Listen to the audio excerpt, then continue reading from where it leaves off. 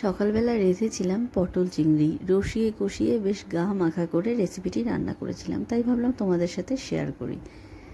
দেখো দেখতে কতটা টেস্টি আর ইয়ামি লাগছে। তো চলো শুরু করা যাক। দেখো পটল আর আলু আমি এভাবে সবার প্রথমে কেটে নিয়েছি, আর নিয়েছি এখানে পোস্ত আর চারমগজ বাটা।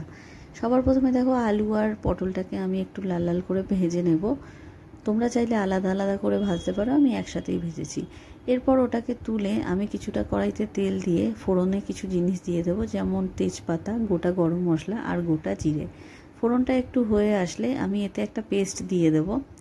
এই পেস্টটার মধ্যে আছে দেখো আদা বাটা, রসুন বাটা, জিরের গুঁড়ো, লঙ্কার গুঁড়ো আর হলুদ গুঁড়ো।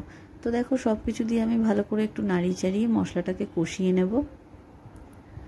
মশলাটা ভালো করে একটু কষে আসলে তারপরে আমি এর মধ্যে যে পোস্ত আর চারমগজের বাটা করে রেখেছিলাম সেটা আমি অ্যাড করে দেব।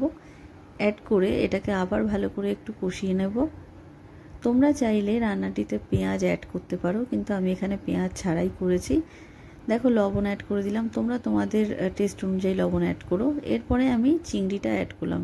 আমি চিংড়ি এখানে ভাজিনি, আমি এখানে র চিংড়িটাই ইউজ করেছি। তোমরা চাইলে ভেজে নিতে পারো, এটাতে খুব ভালো ফ্লেভারটা আসে।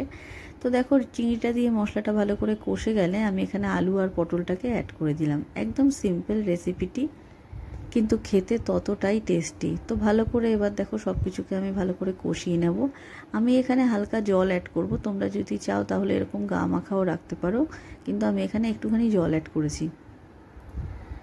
পটল চিংড়ির রেসিপিটি যতটা সহজ ততটাই কিন্তু খেতে টেস্টি হয়। তো দেখো ঢাকা চাপা দিয়ে দিয়েছি যাতে আলু আর পটলটা একটু ভালোভাবে সেদ্ধ হয়ে যায়।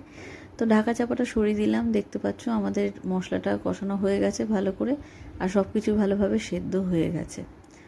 তো দেখো আবার ভালো করে নাড়িয়ে চাড়িয়ে নিলাম। এবার আবার ঢাকা দিয়ে এবার আমি নামিয়ে ফেলার পালা।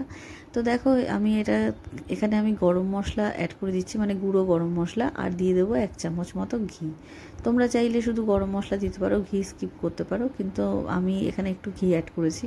তো আমাদের রেসিপিটি একদম রেডি। তো চলো এবার এটাকে সার্ভ করা যাক। তোমাদের যদি রেসিপিটি ভালো লেগে থাকে প্লিজ আমার চ্যানেলটি সাবস্ক্রাইব করে পাশে